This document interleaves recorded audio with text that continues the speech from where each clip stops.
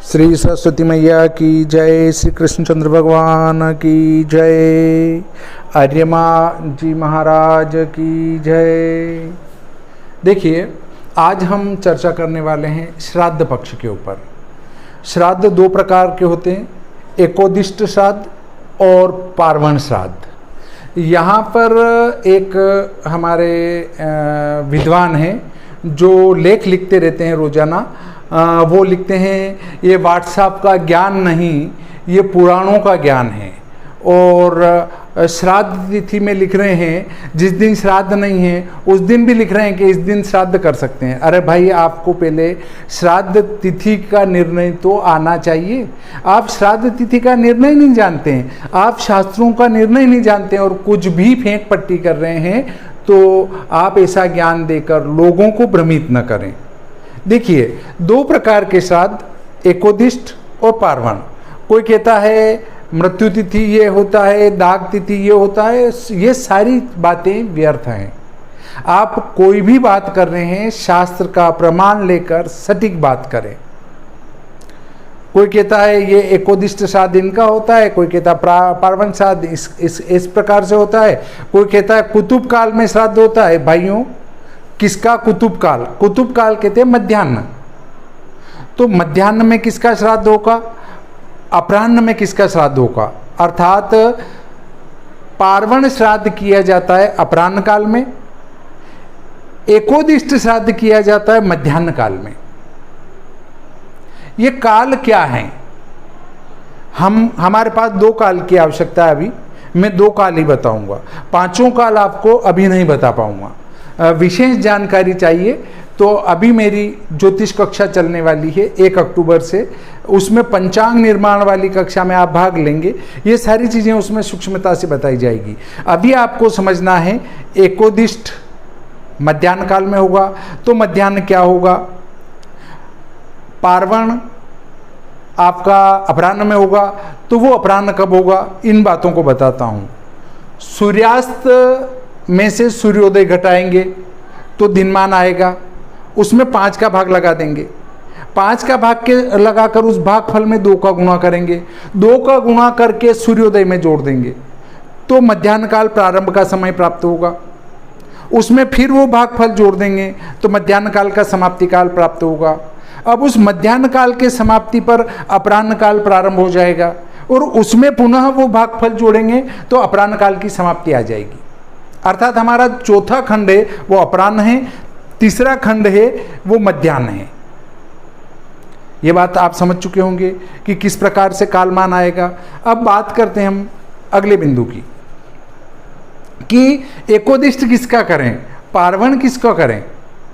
तो पार्वण श्राद्ध उस व्यक्ति का किया जाता है जैसे आपके पिताजी, आपके दादाजी, आपके परदादाजी और इसी पंक्ति में आगे लगातार का वो पार्वण किया जाता है, और इनकी पत्नियों का।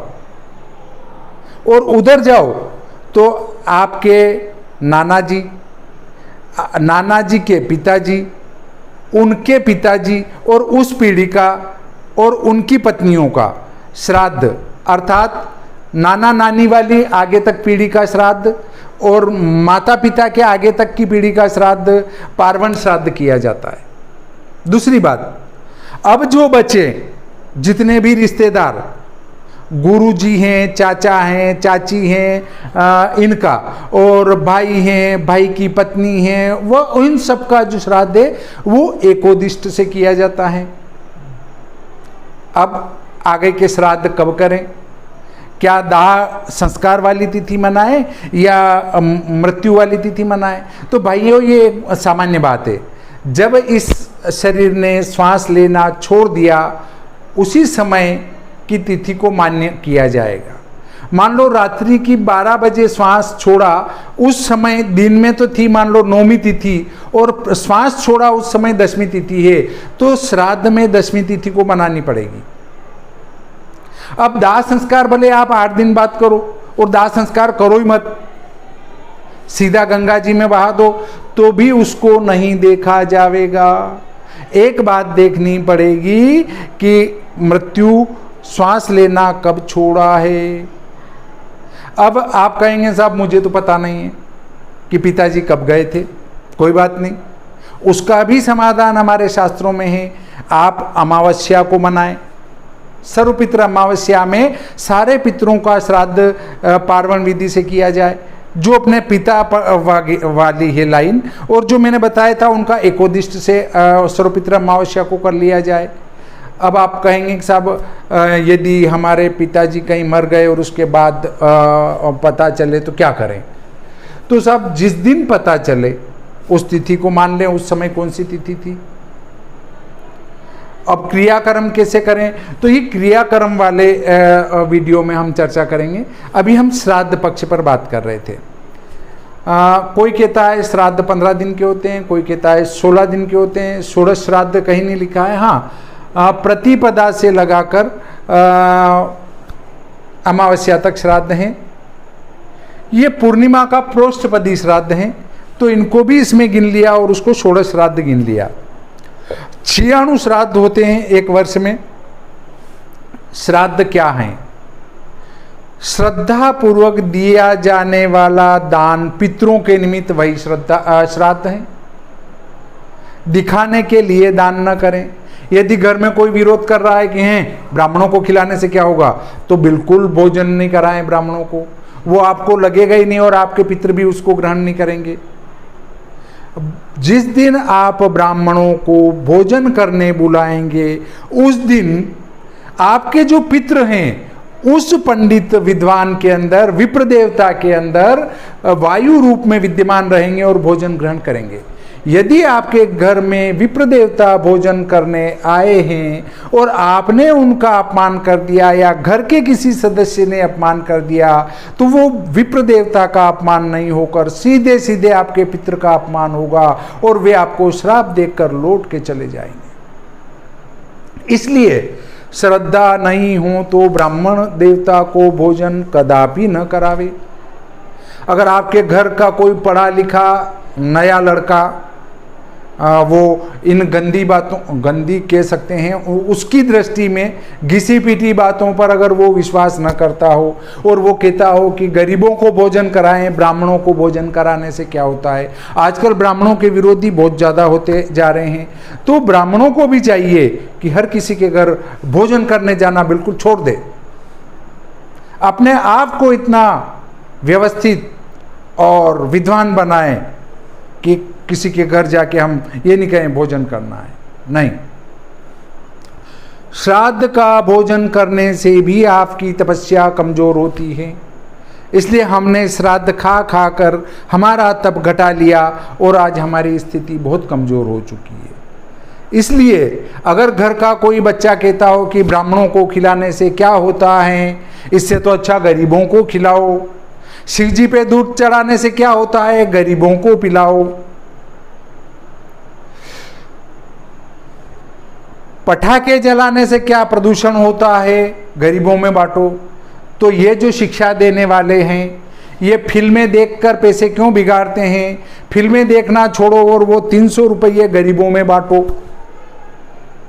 आप घर पर दूध पीते हैं, वो दूध क्यों पीते हैं, गरीबों में बांटो। भाई आप जो अच्छे कपड़े पहन रहे हैं वो हल्के कपड़े पहनो और गरीबों में बांटो।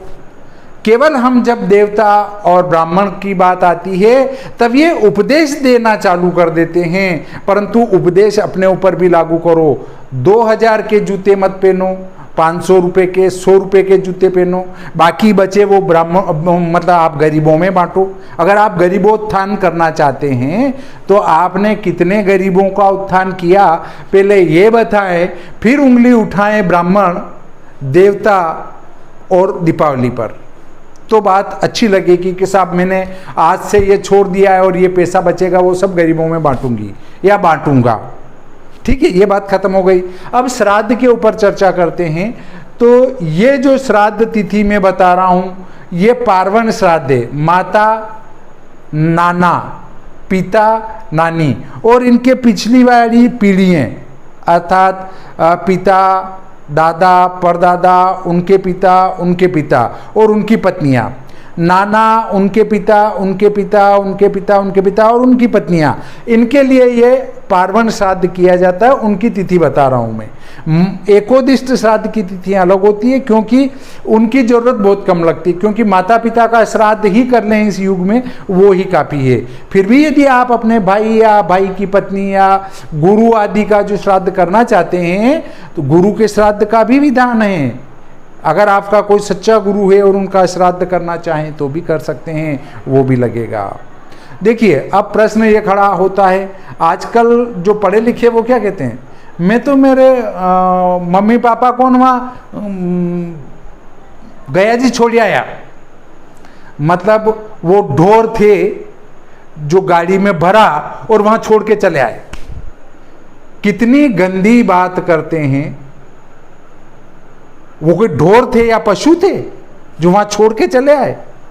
भाइयों, मैं मेरे माता पिता का गया श्राद्ध करके आ चुका हूं, वे सदगति चले गए हैं, अब मुझे श्राद्ध करने की जरूरत नहीं है।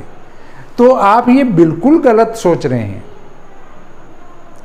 आपने गया श्राद्ध कर दिया तो आपके माता पिता मोक्ष में चले ही गए, ये सत्य नहीं है, अर्ध सत्य। अर्ध क्या, वो सदगति भी जा सकते हैं और सदगति नहीं भी जा सकते हैं। अब वो सदगति चले गए तो अलग बिंदु है, सदगति नहीं गए तो फिर क्या होगा? तो गया जी से बड़ा स्थान हरिद्वार है, हरिद्वार में ले जाएं। वहाँ से भी सदगति नहीं गए तो आप ब्रह्म कपाल ले जाएं, वहाँ से वो सदगति चले जाएंगे।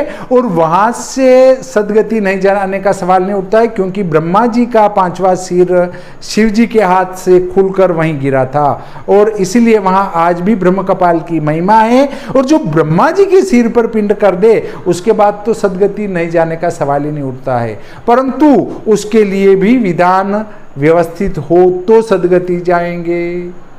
अब बात रही कि हाँ साहब, मेरे तो माता पिता गया जी में छोड़ आया और वो तो सदगति चले गए। बिल्कुल मान लेते हैं कि आप छोड़ आए, ढोर थे उनको, तो अब आप कहेंगे कि साहब अब मैं श्राद्ध क्यों करूं? और ज़्यादातर यही कहते हैं, जहाँ पिंडदान करा के आते हैं वो कहते हैं अब आपको श्राद्ध करने की जरूरत नहीं है। भाई साहब, वो श्राद्ध करने के बाद भी सदगति नहीं गए तो आप क्या कर लोगे? ठीक है, मान लेते हैं सदगति चले गए।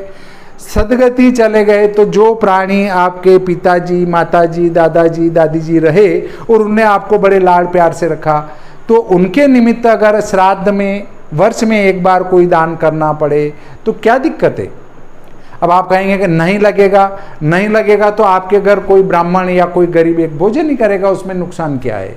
फिर भी आप कहते हैं नहीं, इससे क्या हो जाएगा? ठीक है, तो उसके लिए हमारे शास्त्रों ने ये व्यवस्था दी कि भगवान नारायण ने अपना एक अवतार धारण किया है, वो है हमारे सभी के पितृदेवता अर्यमा जी।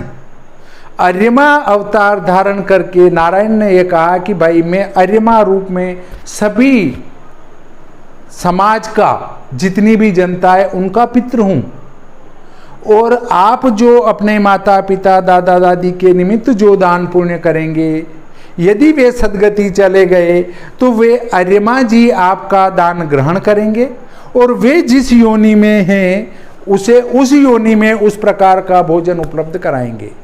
आप देखेंगे कि एक ट्रैक्टर जा रहा है आगे, उसमें हरा घास भरा हुआ है, और संयोग से एक गौ माता पीछे जा रही हैं और उसमें से एक गट्ठा हरी घास का गिरता है और वहाँ कोई नहीं आता, और वो गौ माता बड़े प्रेम से उस हरे घास का आनंद उठा लेती है। तो ये सब क्या है? किसी ने दिया होगा तो अर्यमा जी ने उसको बदल कर उसमें उनके लिए पहुंचा दिया। तो जब आप कोई दान करेंगे तो वो उस योनि में, जिस योनि में चले गए उसमें उनको वो प्राप्त हो जाएगा। हाँ, परंतु यदि मोक्ष हो गया तो मोक्ष हो गया तो फिर उन तक वो चीज़ नहीं पहुंचकर अर्यमा जी उसको ग्रहण करेंगे, और जो वो आशीर्वाद देना चाहिए वो आशीर्वाद आपको अर्यमा जी प्रदान करेंगे। इसलिए आप समझ गए होंगे कि अर्यमा जी हमारे सबके पितर हैं, और इसलिए हमें हमेशा ही श्राद्ध करते रहना चाहिए। श्रद्धापूर्वक दिए जाने वाली वस्तु ही श्राद्ध कहलाती हैं। भोजन कराना ही श्राद्ध नहीं है, तर्पण करना भी श्राद्ध हैं, कहीं गौ माता को घास डालना भी श्राद्ध हैं, पक्षियों को दाने डालना भी श्राद्ध हैं, देव पूजन भी श्राद्ध हैं, ये सब श्राद्ध के अंतर्गत आते हैं। अब देखिए श्राद्ध तिथि, भाद्रपद शुक्ल पक्ष पूर्णिमा सोमवार 20 सितंबर को पूर्णिमा का श्राद्ध रहेगा। ये जो श्राद्ध की चर्चा चल रही है वो संवत 2078 शक 1943 भाद्रपद शुक्ल पक्ष से लगाकर आश्विन कृष्ण की अमावस्या तक की हम बात कर रहे हैं। और यहाँ देखें तो सन 2021 सितंबर अक्टूबर की बात कर रहे हैं हम। तो भाद्रपद शुक्ल पूर्णिमा सोमवार 20 सितंबर को पूर्णिमा का श्राद्ध रहेगा। आश्विन कृष्ण पक्ष एकम मंगलवार 21 सितंबर को प्रतिपदा का श्राद्ध। आश्विन कृष्ण पक्ष बीज बुधवार को 22 सितंबर को द्वितीया का श्राद्ध। आश्विन कृष्ण पक्ष द्वितीया गुरुवार 23 सितंबर को तृतीया का श्राद्ध। तीज शुक्रवार 24 सितंबर को चतुर्थी का श्राद्ध। चौथ शनिवार 25 सितंबर को पंचमी का श्राद्ध। पंचमी रविवार 26 सितंबर को षष्ठी का श्राद्ध रहेगा। परंतु षष्ठी सोमवार 27 सितंबर 21 को कोई श्राद्ध नहीं रहेगा, वो खाली तारीख रहेगी। अब लोग कहेंगे साहब 17 दिन हो रहे हैं श्राद्ध के 17 दिन कहाँ हो रहे हैं, इस दिन तो कोई श्राद्ध नहीं है। और जब श्राद्ध ही नहीं है तो उसको श्राद्ध में क्यों गिनेंगे। श्राद्ध 16 दिन है और 16 दिन ही गिने जाएंगे, बीच में एक दिन खाली रहेगा। अब देखिए सप्तमी मंगलवार 28 सितंबर को सप्तमी का श्राद्ध है। अष्टमी बुधवार 29 सितंबर को अष्टमी का श्राद्ध है। नवमी गुरुवार अमावस्या 30 सितंबर को नवमी का श्राद्ध है। दशम शुक्रवार 1 अक्टूबर को दशमी का श्राद्ध है। 11 शनिवार 2 अक्टूबर 21 को 11 का श्राद्ध है। 12 रविवार 3 अक्टूबर को द्वादशी का श्राद्ध है। 13 सोमवार 4 अक्टूबर को त्रयोदशी का श्राद्ध है। चतुर्दशी मंगलवार 5 अक्टूबर को चतुर्दशी का श्राद्ध है। और अमावस्या बुधवार 6 अक्टूबर को अमावस्या का श्राद्ध है। और ये सर्वपित्र अमावस्या भी हैं। यदि कहीं कोई श्राद्ध आपका नहीं हो पाता है तो अमावस्या बुधवार को भी आप श्राद्ध कर सकते हैं। साहब मैं तो एकम से षष्ठी तक 6 दिन तक तो अस्पताल में था, आप क्या करूं, मेरे तो श्राद्ध छूट गए। कोई बात नहीं, दुखी होने की जरूरत नहीं है। आपके जो भी छूटे हुए श्राद्ध हैं वो सर्वपित्र अमावस्या को मनाए जा सकते हैं निर्बाध रूप से, इसमें किसी प्रकार की कोई बाधा नहीं उत्पन्न होती है। अब देखिए श्राद्ध छठ तिथि है तो उसका छठ का श्राद्ध पंचमी को क्यों, तो इसमें श्राद्ध पक्ष निर्णय में जिस दिन वो श्राद्ध तिथि अपराह्न काल में अधिक होगी उस दिन इसका श्राद्ध मनाया जाएगा। अब यदि तिथि का क्षय हो रहा हो, दोनों दिन समान रूप से हो, तिथि की वृद्धि हो रही हो, ये सब बातें पंचांगकर्ताओं के लेवल की है। आपके लेवल की जो बात है वो मैं बता चुका हूं, परंतु मैं आपको सूत्र बता दूंगा तो भी आप सभी तिथियों का श्राद्ध निर्णय नहीं कर पाएंगे। क्यों नहीं कर पाएंगे कि तिथि का मान 60 घटी से कम हो, तिथि का मान 60 घटी से अधिक हो, दोनों दिन समान हो, दोनों दिन असमान हो, दोनों दिन नहीं हो, ये बहुत सारी कंडीशनें हैं। परंतु मैं आपको अपराह्न काल निकालना बताता हूं कि अपराह्न काल को किस प्रकार से परिभाषित करेंगे। देखिए आप भी इस अपराह्न काल को बड़ी आसानी से निकाल पाएंगे। हम देखते हैं कि इस दिन हमारा षष्ठी का श्राद्ध षष्ठी को नहीं होने का क्या कारण है। षष्ठी का श्राद्ध हमारा मोटे रूप से षष्ठी तिथि पड़ रही है 27 तारीख को। 27 तारीख को सूर्यास्त है 18-19 और सूर्योदय 6:25 है। 18-19 ऋण 6:25, 18-19 में से 6:25 घटा देता हूं मैं, 9 में से 5 4 और यहाँ 5 बज गए और यहाँ 11 बज गए। 11 घंटे 54 मिनट का हमारा दिन है। इसमें मैं 5 का भाग लगा देता हूँ। 5 का भाग लगाया, 5 दूनी 10 और 114, 5 दूनी 10 और 5 तिया 15। 1 मिनट में कोई फर्क नहीं पड़ रहा है, इसलिए मैंने पूरा कर दिया। देखिए 2 घंटे 23 मिनट का हमारा एक खंड आता है। इसमें मैंने कहा था 3 का गुणा कर देता हूं मैं। अपराह्न काल में 3 का गुणा करेंगे और सूर्योदय जोड़ेंगे। 23 तिया 69 और 3 दूनी 6 और 1 7, इसमें जोड़ देंगे 6 25, 25 और 9 34, 7 6 13, मतलब 1:34 से अपराह्न काल चलेगा।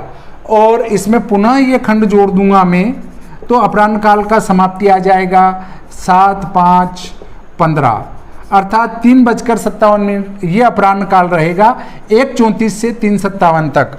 अब यदि मैं इस तिथि को देखूं तो देखिए पंचमी को जो है 1 बजे हमारी पंचमी समाप्त हो रही है, 13 बजे मतलब 1 बजे, तो इस अपराह्न काल के पहले ही हमारी षष्ठी तिथि आ जाती है और पूरा अपराह्न काल में षष्ठी तिथि रहेगी। दूसरे दिन छठ सोमवार जो है वो 3:38 पर समाप्त हो रही है, अर्थात इससे पहले ही समाप्त हो जा रही है, अपराह्न समाप्ति के पहले, और पहले दिन वो अपराह्न के पूरे काल को व्याप्त कर रही है, इसलिए षष्ठी का श्राद्ध पंचमी को होगा।